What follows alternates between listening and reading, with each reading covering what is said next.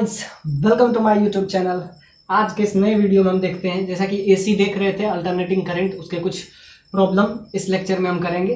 जैसा कि basic problem हम पिछले लेक्चर में कर चुके हैं और थ्योरी पार्ट हम पहले कवर अप कर चुके हैं। तो आइए इस lecture find the average power consume in the circuit. अब आइए इस प्रॉब्लम को हम सॉल्व करते हैं। इसमें आपको इंडक्टेंस दे दिया हुआ है 0.4 और आपको क्या चाहिए, एवरेज पावर। जैसा कि एवरेज पावर का फॉर्मूला होता है, एवरेज पावर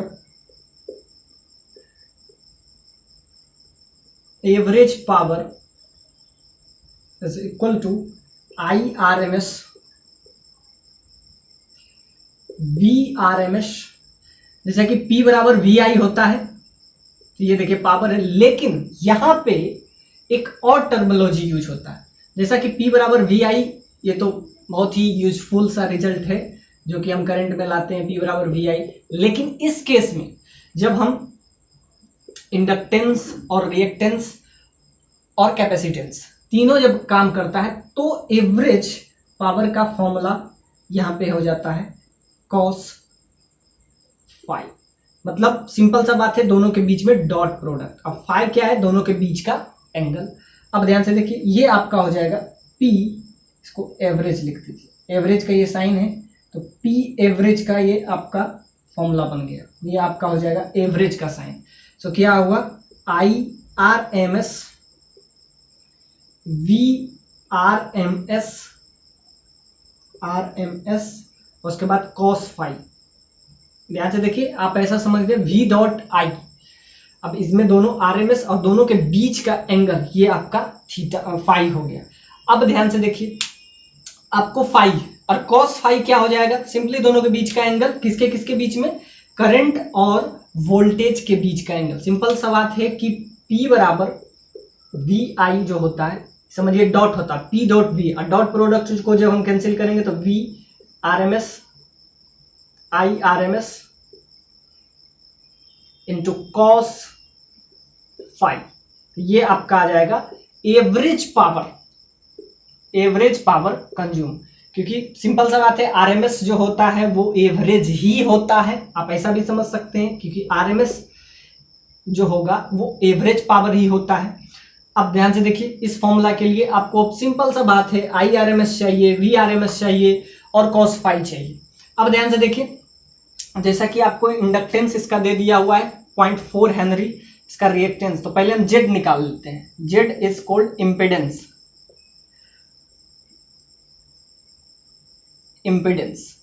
अब इम्पिडेंस क्या होता है, अब जब आप कैपेसिटिव और इंडक्टिव और रेजिस्टिव तीनों सर्किट जब रहता है और तीनों का हम क्या निकालते हैं, Z मतलब रेजिस्टेंस, तो उसको एक नया नाम हम देते हैं जिसको कहते हैं इम्पिडेंस। अब ध्यान से देखिए, इस केस में इंपेडेंस का वैल्यू क्या हो जाएगा, Z is equal to root over, ये आपका हो गया इंपेडेंस, और इंपेडेंस का वैल्यू हो जाएगा आपका R स्क्वायर प्लस, अब ध्यान देखिए, ओमेगा L का होल स्क्वायर। और यहाँ पे अगर कैपेसिटिव सर्किट रहता तो क्या हो जाता, ओमेगा L माइनस 1/ωc, इसका स्क्वायर अब प्लस रेजिस्टेंस का स्क्वायर, इसका क्या कर लेते हैं हम लोग, रूट ओवर, ये आपका आ जाता है Z क्या होता है, इम्पीडेंस। अब ध्यान से देखिए, क्योंकि इसमें कैपेसिटर तो है नहीं, सो ये फॉर्मूला आप यूज नहीं कर सकते। और ध्यान से देखिए, दोनों का एक बार फ्रीक्वेंसी, यानी कि दोनों का फ्रीक्वेंसी सेम हो जाता है, जिसके वजह से वो रेजोनेटिंग होता है, वो अलग चीज है, वो हम पहले बता चुके हैं। तो आपको क्या निकालना है इसमें, एवरेज पावर कंज्यूम। तो एवरेज पावर के लिए आपको VRMS चाहिए, IRMS चाहिए और cos phi। इस केस में cos phi क्या होगा, अब Z का वैल्यू के लिए क्या करेंगे, R स्क्वायर, R रेजिस्टेंस आपको कितना दे दिया हुआ, 10 का स्क्वायर, ओमेगा क्या हो जाएगा, 2 पाई F, ये हम पहले बता चुके हैं। F क्या है, फ्रीक्वेंसी, 2 पाई F इंटू L का वैल्यू आपको क्या दिया हुआ है, 0.4 हेनरी इंटू एल, तो यहाँ से आपका आ जाएगा इम्पीडेंस का वैल्यू 10 का स्क्वायर प्लस 2 पाई। फ्रीक्वेंसी आपको दे दिया 30/पाई हर्ट्ज, तो 30/पाई हर्ट्ज। एल का वैल्यू आपको दे दिया हुआ है 0.4। अब ध्यान से देखिए, पाई से पाई कैंसिल और यहाँ पे आपका आ जाएगा सिंपली 100 प्लस, और यहाँ पे एक 0 यहाँ पे कैंसिल हो जाएगा और आपका आ जाएगा 24। तो ये करीब करीब आपका 5 के पास में आ जाएगा, तो यहाँ पे आ जाएगा √124। अब इसको एग्जैक्टली आप 125 के पास में इसको उसके आसपास रख लीजिए। तो इसका अगर रूट हम निकालें तो इसका रूट करीब करीब हो जाएगा 11 के पास में समथिंग। तो इसका बस यही वैल्यू आप याद रखें। अब Z निकल गया, यहाँ पे इम्पीडेंस निकल गया। आपको क्या चाहिए? Average power consume. तो ध्यान से देखिए, एवरेज पावर के लिए सिंपली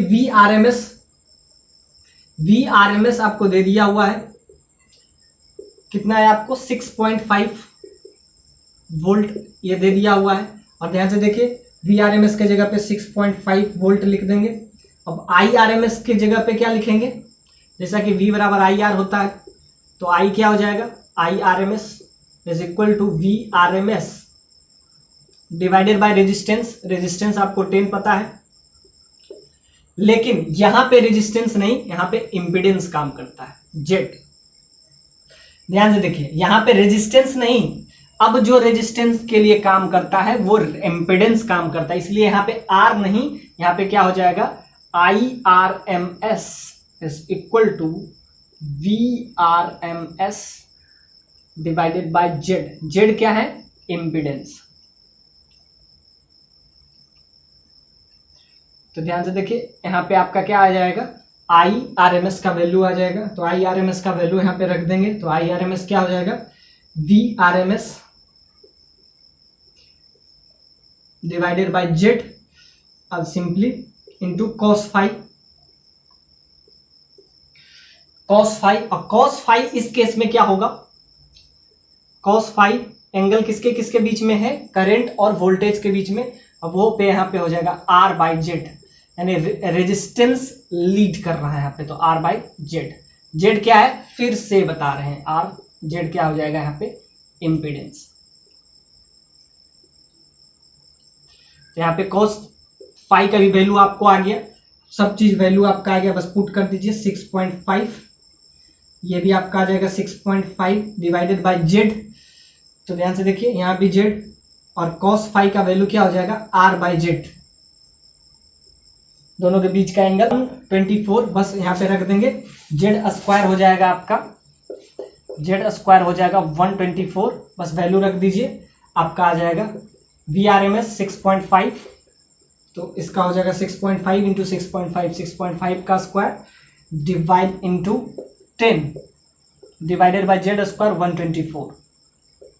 ये आपका आ गया एवरेज पावर कंज्यूम, ये P एवरेज आ गया आपका। अब इसको थोड़ा सा इजी कर लीजिए, ये आपका आ गया simply answer. So hopefully this is the good problem. इसमें आप ये सीखने को मिला होगा, एक इंपीडेंस और दूसरा cos phi। cos phi का वैल्यू यहाँ पे आ गया R/Z, याद रखिएगा 1 मिलीसेकेंड। इसके बीच में आपको क्या चाहिए? Energy dissipated. अब इसमें क्या क्या दिया हुआ है? रजिस्टर आपको है, 100 ओम का रजिस्टर है, इसको एसी सोर्स से कनेक्ट किए हैं, और आपको बताना है कि 1 मिलीसेकेंड के बाद कितना एनर्जी एज ए हीट के फॉर्म में डिसिपेटेड हो रहा है। एज ए हीट के फॉर्म में इसमें डिसिपेटेड हो रहा है। जैसा कि हीट एनर्जी के लिए हमेशा एक ही फॉर्मूला हम यूज करते हैं, I²RT। अब ध्यान से देखिए, इसको हम V के टर्म में ले लेते हैं, तो H is equal to I²RT। T यहाँ पे सिंपल सा बात है, टी टाइम है यहाँ पे। अब ध्यान देगा आर रेजिस्टेंस है, इसको हम वी के टर्म में कन्वर्ट कर लेते हैं, जैसा कि वी बराबर आई आर होता है। तो आई बराबर लिख देंगे वी बाय आर का whole square into R into T. तो यहाँ पे आपका आ जाएगा वी स्क्वायर बाय आर, एक आर कैंसिल और यहाँ पे टी बच जाएगा। ये आपका आ जाएगा हीट, और आपको इसी का वैल्यू निकालना है। तो ध्यान से देखिए, E is equal to, equation में आपको दिया हुआ है 12 volt sine 250 into pi second inverse. तो इसमें ध्यान से देखिए, इसमें क्या है, इक्वेशन कुछ ऐसा है, समझिए कि E is equal to E naught. E naught क्या है, ई नोट यहाँ पे आप समझिए peak voltage, peak voltage sine omega t. अब ध्यान से देखिए यहाँ पे ओमेगा और टी, तो ओमेगा का वैल्यू यहाँ पे सिंपली आपको दिख जाएगा 250 पाई, 250 पाई, ये आप यहाँ पे ओमेगा है। अब ध्यान से देखिए साइन ओमेगा टी के फॉर्म में आपको दिया हुआ है, बस यहाँ पे वैल्यू रख देंगे, तो यहाँ पे हीट आ जाएगा आपका। तो वी के जगह पे यहाँ पे लिख दीजिए ई नोट। ई नोट आपको दिया हुआ है ई नोट का स्क्वायर, और यहाँ पे आ जाएगा साइन ओमेगा टी, इसका भी स्क्वायर। अब ध्यान से देखिए इसका टोटल स्क्वायर आप कर लीजिए, तो यहाँ से वी स्क्वायर आ जाएगा आपका 12v साइन 250 इंटू, अब इसका total square divided by resistance R into d t. अब ध्यान से देखिए यहाँ पे टाइम के अनुसार इसका वैल्यू बदल रहा है, क्योंकि ये जो है टाइम पे डिपेंड कर रहा है। तो इसको हम ऐसे भी लिख सकते हैं, हीट इज इक्वल टू, इसको ई नोट ले लेते हैं, ई नोट साइन ओमेगा टी, अब इसका स्क्वायर हो जाएगा डिवाइडेड बाय रेजिस्टेंस आर, और ई नोट क्या है, वही पीक वोल्टेज। पीक वोल्टेज का वैल्यू क्या है, पीक वोल्टेज आपको दिया हुआ है इसमें, मैक्सिमम इसका वोल्टेज क्या हो सकता है, साइन का वैल्यू मैक्सिमम 1 होगा, तो इसका पीक वोल्टेज मैक्सिमम वोल्टेज क्या हो जाएगा 12 वोल्ट। तो ध्यान से देखिए इसका वैल्यू 12 हो जाएगा, तो हीट आपका आ जाएगा सिंपली बोथ साइड, इसको आप एलिमेंट पार्ट कर लीजिए, तो डी एच ले लीजिए, क्योंकि बोथ साइड क्या करेंगे लास्ट में हम इंटीग्रेशन, तो डी टी टी हो जाएगा। अब बोथ साइड हम क्या कर लेंगे, इंटीग्रेट कर लेंगे। अब इंटीग्रेशन में आपको ओमेगा का वैल्यू आपको पता है, और ध्यान से देखिए इसमें टाइम t इक्वल टू 0 से लेके 1 मिली सेकेंड तक जाएगा। अब इसका इंटीग्रेशन आपको पता है, अब इंटीग्रेट सिंपली इसका कर देंगे, तो हमारा क्या आ जाएगा, वैल्यू आ जाएगा एज ए हीट के फॉर्म में। तो अब इसको सिंपली अब इंटीग्रेट कर लीजिए, अभी इसमें कुछ भी नहीं है, डेल्टा एच का इंटीग्रेशन हम करेंगे तो वो क्या हो जाएगा, h हो जाएगा, और ये आपका आ जाएगा इंटीग्रेशन 0 से 1 मिली सेकेंड, यहाँ पे क्या हो जाएगा e nought square sine square omega t divided by r into d t. अब ध्यान से देखिए जो कांस्टेंट टर्म है वो बाहर हो जाएगा, ये आपका हो जाएगा सिंपली हीट। कांस्टेंट टर्म है यहाँ पे e nought square divided by r, और यहाँ पे आ जाएगा साइन स्क्वायर ओमेगा टी, क्योंकि ये टाइम का फंक्शन है, तो टाइम के अनुसार इसका वैल्यू हमेशा क्या होता है, एसी सोर्स में हमेशा बदलते रहता है, टाइम का फंक्शन होता है 0 से टाइम 1 मिली सेकेंड इंटू डी टी। अब इसका इंटीग्रेशन कैसे करेंगे, तो साइन स्क्वायर का इंटीग्रेशन आपको करना है, तो साइन स्क्वायर को किस में कन्वर्ट कर देंगे, ई स्क्वायर, इसका वैल्यू हो जाएगा 144, क्योंकि इसका मैक्सिमम वैल्यू कितना है 12, पीक वोल्टेज मैक्सिमम, क्योंकि साइन का वैल्यू ये 1 हो जाएगा और मैक्सिमम हो जाएगा 12, 144 डिवाइडेड बाय आर का वैल्यू आपको 100 दे दिया हुआ है, तो ये आपका आ जाएगा, बाहर क्या चल रहेगा 0 से 1 मिली सेकेंड।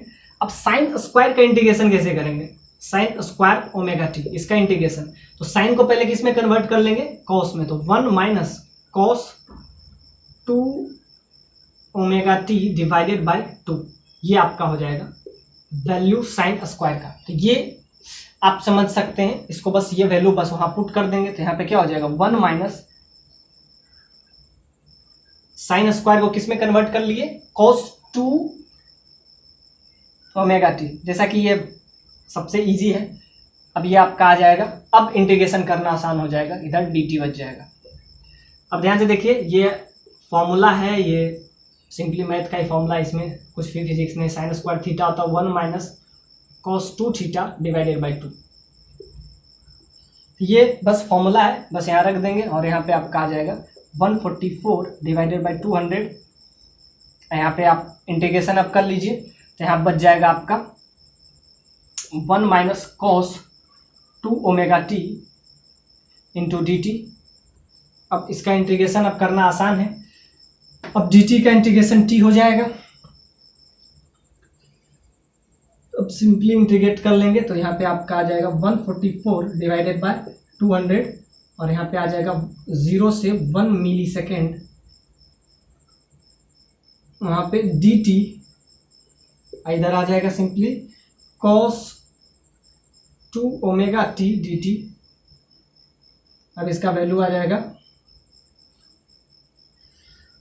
144 divided by 200। अब dt का t हो जाएगा माइनस cos का इंटीग्रेशन आप कर सकते हैं, साइन का होता है cos का सिंपली इंटीग्रेशन कर रहे हैं तो जो c से स्टार्ट होता है उसमें निगेटिव, तो cos का क्या हो जाएगा सिंपली साइन 2 ओमेगा टी। ध्यान से देखिए t में जो मल्टीप्लाई है वो डिवाइड में हो जाएगा तो 2 ओमेगा टी नीचे आ जाएगा और बाकी आप अपर लिमिट पुट कर दीजिए 1 मिली सेकेंड, अब लोअर लिमिट 0। अब इस इंटीग्रेशन में कुछ रहा नहीं। ये क्वेश्चन समझिए कि पूरा का फुल्ली इंटीग्रेशन है 144 डिवाइडेड बाई 200। अब पुट कर लीजिए, अब एक बार अपर लिमिट पुट कीजिएगा तो 10 टू पावर माइनस 3 सेकेंड। अब ओमेगा का भी वैल्यू आपको पता है, बस पुट कर दीजिए। अब जब पुट कीजिएगा तो ये भी 0 हो जाएगा, ये भी 0 हो जाएगा, तो ये जो वैल्यू है ये आपका आ जाएगा हीट का। इतना आपको सिंपल सा बात है, जूल एनर्जी आ जाएगा। अब ध्यान से देखिए इसमें साइन 2 इंटू ओमेगा का वैल्यू आपका कितना है 250 और टाइम है 10 टू पावर माइनस 3 250। अब ध्यान से देखिए इसका वैल्यू में हम क्या करेंगे, इसमें सबसे पहले हम इम्पीडेंस निकालेंगे जेड का वैल्यू, क्योंकि ध्यान से देखिए एवरेज पावर के लिए, जैसा कि एवरेज पावर हम पहले भी निकाले हैं, तो एवरेज पावर पी एवरेज के लिए हम निकालते हैं हमेशा VRMS IRMS into cos 5।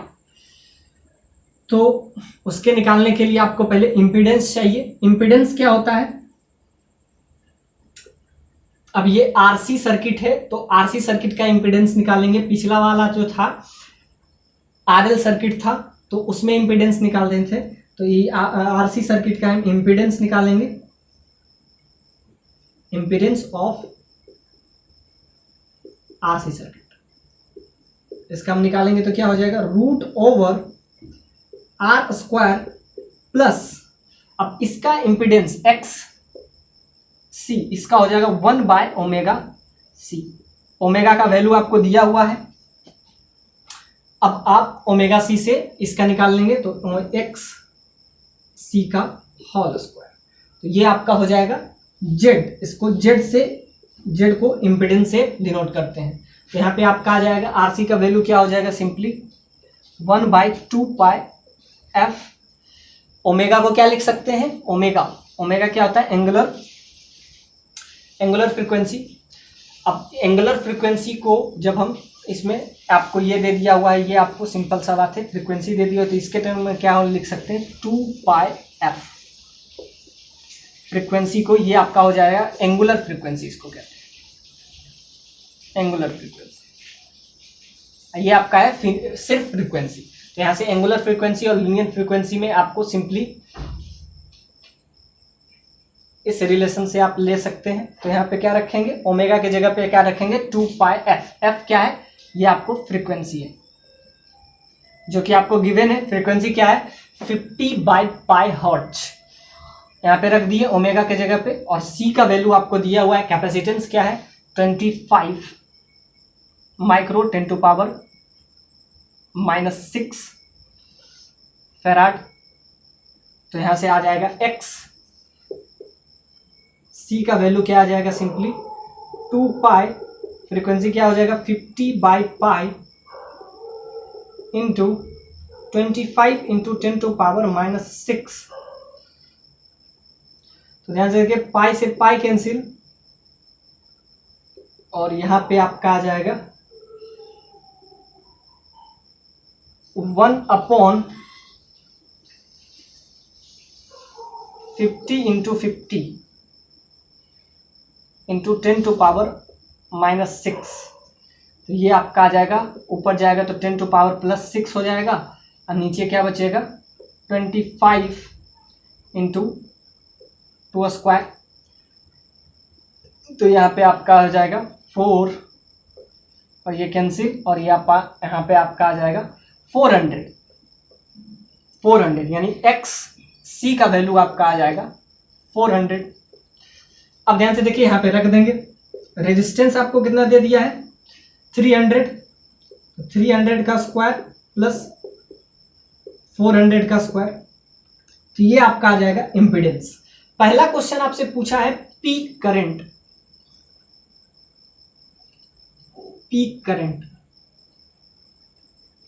Peak current के लिए क्या लिखेंगे, सिंपली पीक करंट जब चाहिए तो VRMS डिवाइडेड बाय Z। आप यहां से निकाल सकते हैं, Z इंपीडेंस हम निकाल चुके हैं। और ध्यान से देखिए, आपको जब पीक करंट चाहिए तो RMS नहीं, यहाँ पे V मैक्सिमम चाहिए। जब ध्यान से देखिए पीक करंट चाहिए, अगर यहाँ पे RMS करंट चाहिए तो क्या लिखते हैं यहाँ पे VRMS।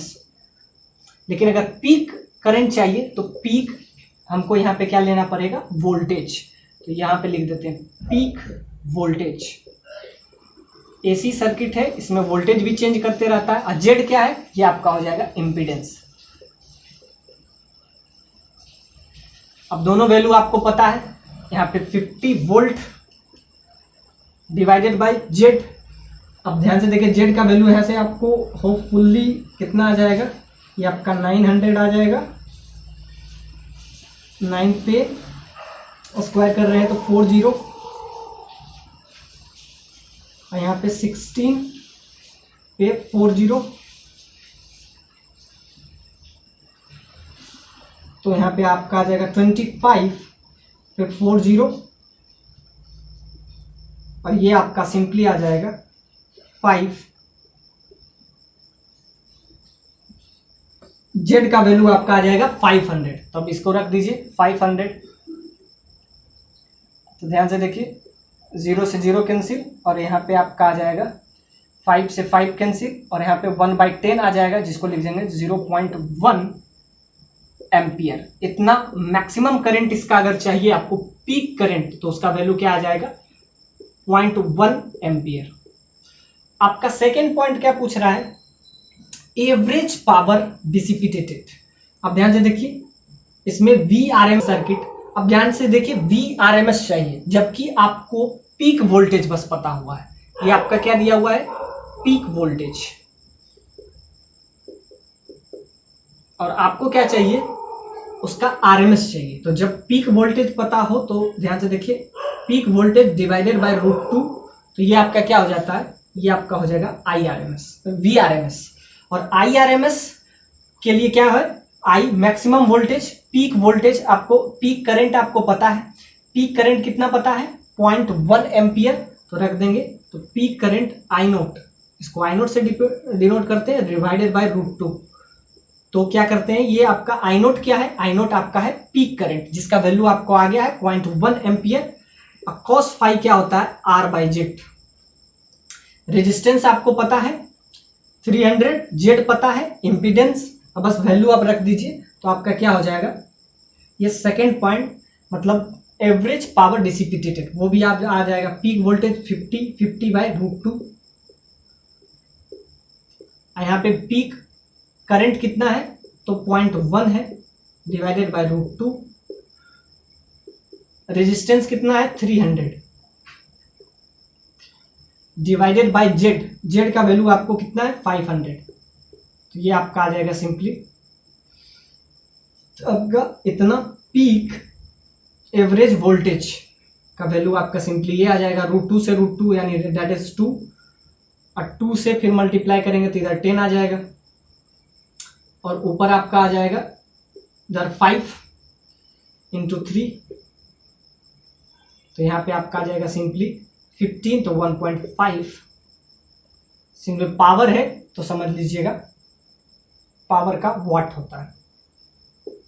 करंट और दूसरे पार्ट में क्या है, VRMS across capacitor, register and inductor. जैसा कि पहले हम क्या निकालते हैं हर चीज के लिए, इम्पीडेंस,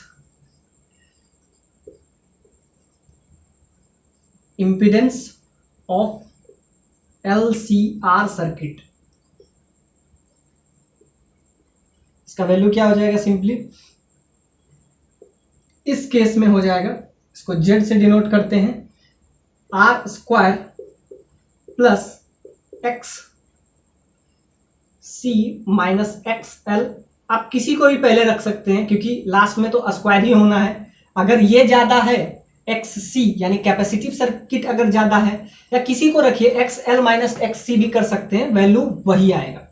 अब ध्यान से देखिए, आपको रेजिस्टेंस दे दिया हुआ है कितना 300। अब XC कैसे निकालें, XC के लिए हम हमेशा यूज करते हैं 1/ωc, और ध्यान से देखिए ओमेगा के लिए हम हमेशा यूज करते हैं, ओमेगा क्या है, angular frequency, that is equal to 2π × frequency, ये यूज कीजिए। तो यहां से आपका आ जाएगा 1/ωc, ओमेगा का वैल्यू क्या हो जाएगा 2πf, कैपेसिटेंस क्या है आपको × 20 माइक्रोफेराड। अब इसका वैल्यू क्या हो जाएगा 1/2πf का वैल्यू, फ्रीक्वेंसी आपको दे दिया हुआ 50/π हर्ट्ज, इसको मल्टीप्लाई किससे करेंगे 20 × 10⁻⁻6। अब ध्यान से देखिए पाई से पाई कैंसिल, और ये क्या हो जाएगा 100 हो जाएगा 100, तो ये आपका सिंपली इसका वैल्यू आपका आ जाएगा, इसको बस इजी कर लेते हैं, तो इसका आ जाएगा ये 100 आ जाएगा, तो ये आपका जाए 10⁴ ऊपर पहुंच जाएगा, डिवाइडेड बाय नीचे बच जाएगा 20, तो ये आपका हो जाएगा 500, ये सिंपली आपका आ जाएगा 500। तो XC का वैल्यू 500। अब XL ये क्या हो जाता ओमेगा × L, यानी 2πf × L, 2πf का वैल्यू क्या है 50/π, L का वैल्यू 1 है, तो पाई से पाई कैंसिल, इसका वैल्यू सिंपली आपका आ जाएगा 100, तो इसका वैल्यू 100 लिख देंगे। अब इसका स्क्वायर करेंगे तो ये आपका सिंपली आ जाएगा 300 का स्क्वायर प्लस ये आपका आ जाएगा 400, ये सिंपली वैल्यू आपका आ जाएगा 500 Z, यानी कि इम्पीडेंस क्या आ गया आपका 500। अब ध्यान से देखिए, फर्स्ट पार्ट में आपसे पूछा है क्या, करंट, RMS करंट, IRMS, तो ये क्या हो जाता है VRMS डिवाइडेड बाय Z क्या है इम्पीडेंस। अब VRMS आपको दिया हुआ है, VRMS 50 वोल्ट, और इम्पीडेंस का वैल्यू क्या आ गया 500, तो डिवाइडेड बाय 500, तो ये आपका आ जाएगा सिंपली 0.1 एम्पियर। ये आपका आ गया क्या IRMS करंट, यानी इसमें करंट जो मूव कर रहा है, इस सर्किट में जो करंट मूव कर रहा है जो 0.1 एम्पियर मूव कर रहा है। ध्यान से देखिए, इधर इसमें डायरेक्शन नहीं है क्योंकि ये AC सोर्स से डायरेक्शन हर एक हाफ इंटरवल में ये बदलते रहता है, तो 0.1 एम्पियर आ गया। अब आपको क्या चाहिए, आपको चाहिए VRMS यानी कि वोल्टेज। अब वोल्टेज के लिए तो आपको पता है VRMS आपको अगर चाहिए तो V बराबर IRMS × Z। अब किसका निकालना है आपको, कैपेसिटर का निकालना है, तो उसका इससे मल्टीप्लाई कर दीजिए, इंडक्टर का निकालना है तो 1 से मल्टीप्लाई कर दीजिए। अब ध्यान से इसका वैल्यू क्या हो जाएगा, जेड, अब सबका अलग अलग वैल्यू है तो जेड एक्स सी तीनों के लिए अलग अलग निकाल लेते हैं। तो इसके लिए निकालते हैं 300, यानी कि कैपेसिटर के अलोंग कितना वोल्टेज है, तो करंट आपको 0.1 पता चल गया है। अब बस सबका जेड का वैल्यू अलग अलग होगा, इसके लिए क्या हो जाएगा 300, तो क्या हो जाएगा सिंपली 30 वोल्ट। ये किसके लिए हो गया, इसके लिए 30 वोल्ट, ये हो जाएगा सिंपली रजिस्टर के लिए 30 वोल्ट हो गया एग्जैक्टली। इसके लिए अगर हम काम करेंगे तो इसके लिए क्या हो जाएगा ओमेगा इंटू एल, तो इसके लिए क्या आ जाता है 100, तो इसको मल्टीप्लाई कर देंगे तो 0.1 इंटू इसका किससे मल्टीप्लाई करेंगे, उसका सारा का इंपीडेंस से मल्टीप्लाई कर देंगे। इसका क्या है 100, तो इसका क्या हो जाएगा, इसका आ जाएगा 10 वोल्ट, और इसका मल्टीप्लाई कर देंगे किससे 500 से। तो ध्यान से देखिए अब 0.1 ये क्या है करंट, लास्ट में सबका रेजिस्टेंस XL का वैल्यू, XC का वैल्यू क्या आया 500, इसको 500 से मल्टीप्लाई कर देंगे तो यहाँ पे 50 आ जाएगा। तो ध्यान से देखिए इसका 30, इसका 50 वोल्ट और इसका कितना, इसका 10 वोल्ट, तो कितना हो गया 50 प्लस 30 दैट इज 80, और 80 प्लस 10 क्या हो जाएगा 90 वोल्ट आया, जबकि आपको IRMS मात्र 50 ही दिया हुआ है। अब ऐसे समझिए कि टोटल को ऐड कर रहे हैं तो 90 आ रहा है, और दिया क्या है हमको 50 वोल्ट, तो 50 वोल्ट से ज्यादा आ रहा है। हाँ, AC सोर्स से इसमें ज्यादा आता है, ये आपको दिया हुआ। ये भी आपको प्रूफ करना है कि तीनों को ऐड किए, मतलब रेजिस्टर के अलोंग कितना हुआ वोल्टेज, तो करंट कितना था, करंट आपको 0.1 एम्पियर था, रेजिस्टेंस कितना है उसे मल्टीप्लाई कर दीजिए तो 300, तो 30 वोल्ट। अब आपको इंडक्टर के अलोंग निकालना है तो इंडक्टर का XL का वैल्यू 100 है, तो 100 से मल्टीप्लाई कर दीजिए, करंट कितना है 0.1 एम्पियर, तो क्या हो जाएगा सिंपली 10 वोल्ट। ये किसके अलोंग हो जाएगा इंडक्टर, उसका मतलब XL से मल्टीप्लाई कर दीजिए, XL से, और XC का वैल्यू 500 है तो उसे मल्टीप्लाई कर देंगे करंट का, तो उसका क्या आ जाएगा 50, तो यानी 30 किसका है रेजिस्टर का, 10 किसका है इंडक्टर का, और सिंपली 50 किसका आ जाएगा, 50 आ जाएगा आपका 0.1 से मल्टीप्लाई कर दीजिएगा 500 से, तो ये आपका आ जाएगा कैपेसिटर का। कैपेसिटर के अलोंग क्या हो जाएगा 50 वोल्ट, रेजिस्टर के अलोंग 30 और इंडक्टर के अलोंग 10 वोल्ट, टोटल 90 आ रहा है, जबकि आपको दिया हुआ है VRMS 50। So hopefully